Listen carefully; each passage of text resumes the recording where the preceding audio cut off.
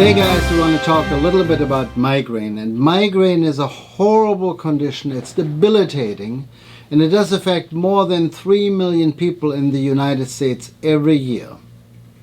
Whoever had a migraine attack knows exactly what I'm talking about. And the symptoms present as unilateral pain on one side of the head, sometimes in the face, sometimes in the neck, pulsatile, and it can last anywhere between 4 and 72 hours. Other symptoms include nausea, dizziness, and sensitivity to light and sound. So whoever had migraine attacks, they know what I'm talking about. You can't get out of bed, you can't do anything in these moments, and that lasts a day or longer. There's some data which suggests that estrogen levels are related to the incidence of migraine, and it does affect women 4 times more than men. The menstrual cycle, especially during the early reproductive years, and the use of contraceptives are related to high estrogen levels to increase the incidence of migraine. Of interest, migraine headache is associated with an increased cardiovascular mortality. So it does affect in some way the heart and the vascular system.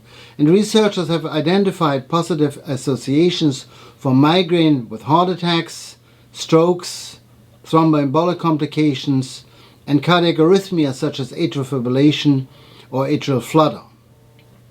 Furthermore, several studies have shown that migraine is much higher prevalent in individuals with what we call a PFO, or patent foramen ovale, which is a channel between the small chambers of the heart during the embryonic period, which usually closes after birth within the first 3 years of age. If it doesn't close, then we call it a PFO, or patent foramen ovale, which is, by the way, the most common congenital anomaly in adults.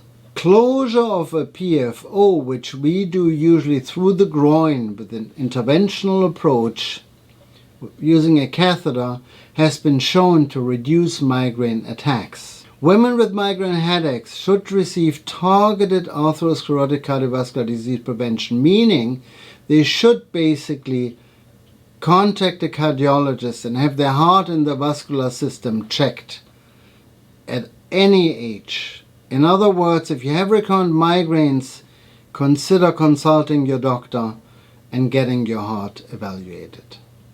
More to come.